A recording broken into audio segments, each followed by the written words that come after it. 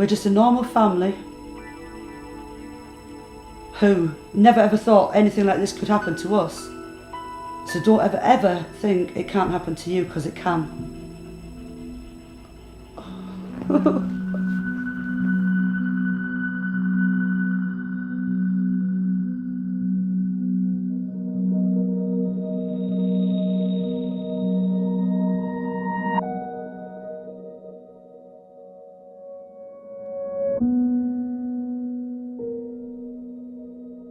Harvey's a British Bull Mastiff, and he's just a small puppy. We got him a couple of years ago, and he's like 2-year-old now. Before the accident, we were going on holiday like twice a year and stuff, just like normal people do, and didn't really get on with my sisters much. I was more arguing with them a lot more than what I do now. I was carting regularly, like each month and stuff, doing meat races and stuff.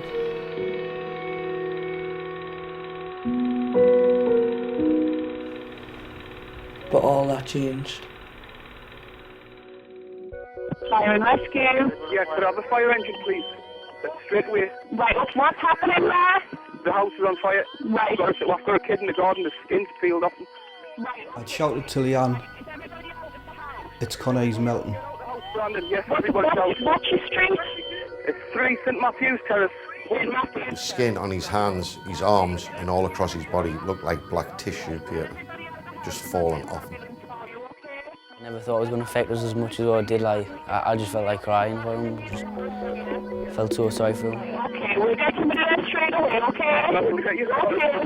We're getting somebody there now for you, okay? It was about 1:30, 20 to 2 on a Sunday afternoon. We'd been to the park, catching tadpoles, because it was a really nice sunny day. So I just took them back up to Leanne's, and we went in, and she had the patio doors open at the back. And we were standing having a cup of coffee, and I heard somebody shout for help. It sounded like a man's voice. So I walked down to the gate and looked out along to the houses, and I seen smoke coming from one of the windows. And I'd said, well, I'll go down and have a look. I was just walking down the path, and I could see like a young lad, what looked like a young lad in the garden, but I don't know, just looked a funny colour. You know, I didn't think he was burnt or anything at the time. I just thought it was strange that it was like a young lad in the garden with hardly no clothes on, basically. He shouted, "Dad," and I was like, "Who is it?" And he shouted, "Dad, help us!" And then I realised it was actually Connor, and I was like, "Oh my God, what's happened here?" You know. And he was just shouting he was saying like, "Help us, help us!" And I said, "What's happened here?" He went, "There's been a fire," and he had just the collar of his shirt on, the bottoms of his tracksuit bottoms, and his boxer shorts, but his boxer shorts were all burnt at the front, and there was like flaps of skin hanging off here, and his hands, just like I say, they just looked as though they had melted. The skin was like hanging off them, and he kept saying, "Look at the state of my hands, look at the state of my hands. My life's over, I've ruined my life." Leanne started walking down the path. And I just seen my dad standing outside the gate looking into the garden. And he just turned to us and said, "It's Connor, he's melted." Connor was just standing there with his hands out and said, "Leanne, what's happened to us?" And I'd phoned my mum and just said to her, "There's been a fire and Connor's involved." And she just started screaming on the phone, and then I said to her just to stay calm and he would be all right. And then when we got there, I said that Dad would come and get her. And I can remember Leanne just said, like, shouting down the phone, "Mum, there's been a fire and Connor's been in it. Dad's on his way to get you, and stay calm." Well, I just started screaming.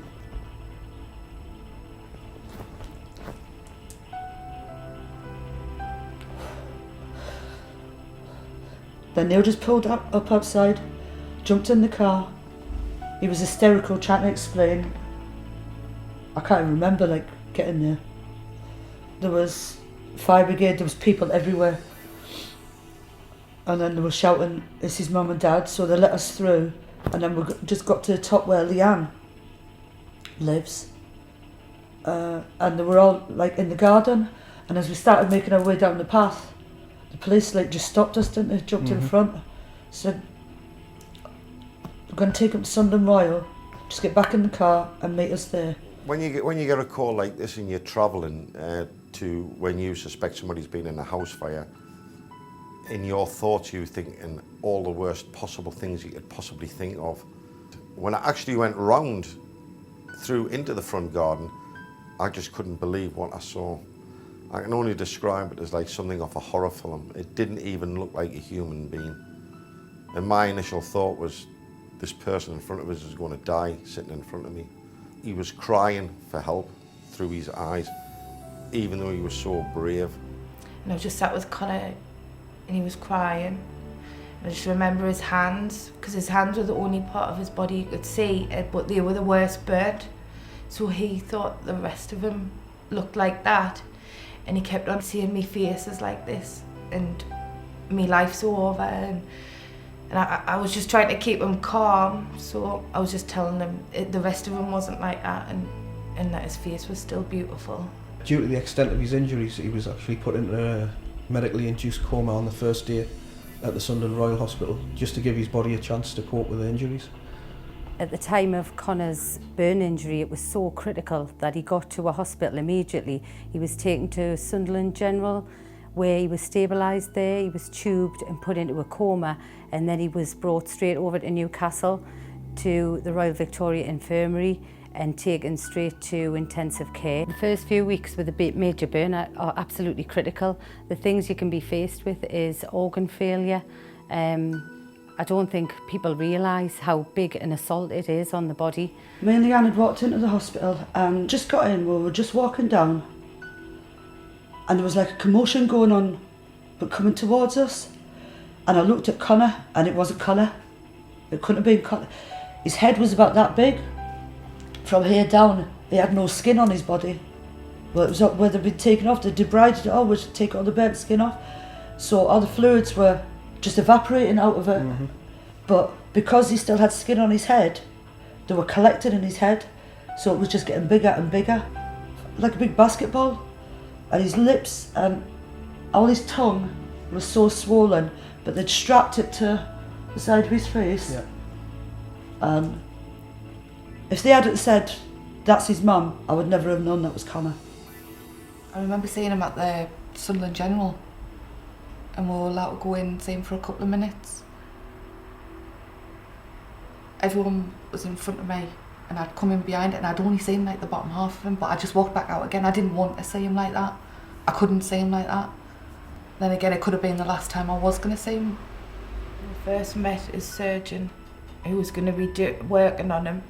And she came into the room to see us, and this was the first day it happened.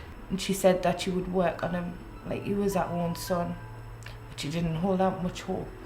Everyone was too scared to ask that question, yeah. And Dad asked it in front of all of us. I think everybody wanted to know. Nobody would ask. Nobody would ask. Whether you live or not. When he first arrived with us in intensive care, we have to assess him. So we have to make sure that we take all the clothes off and have a look at the area that has been burnt. We're putting them onto breathing machines at that point, attaching them up to monitors, all at the same time. This is all going on at the same time for at least an hour or so before we could even contemplate letting Mum and Dad come in to see him. And when they first came into the room and saw Connor, they just couldn't believe what they were seeing, because he just didn't look like their son at all. As soon as they've sort of had a bit of time with Connor, we do ask them to go out, and then at that point we'll go and talk to them away from the patient and explain what might happen over the coming weeks. The first 4 days, Connor was in theatre twice the first day for debriding and grafts to his chest and his hands, and that's when they took his scalp and his bum off straight off, didn't they? Yeah. So it'd gone from being just burnt and having skin on his bum and his scalp to that being removed as well, so there was none We can take that off mechanically. One of them is with a water scalpel and the other one is with a metal scalpel. And the metal scalpel works just like a kebab knife, really.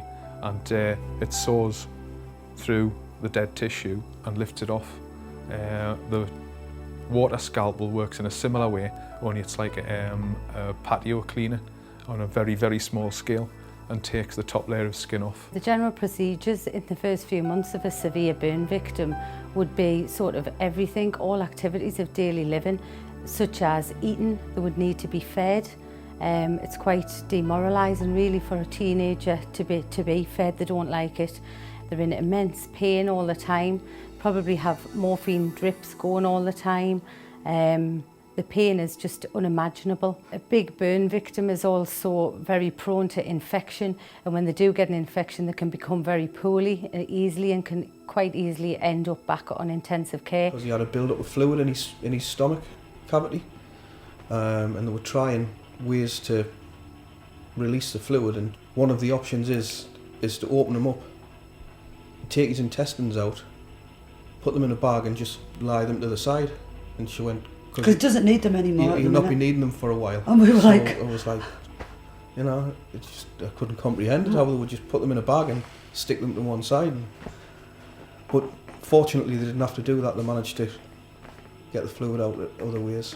Because the fluid was crushing out his internal organs, wasn't it? Yeah. It's just not just the burns that kill, is it?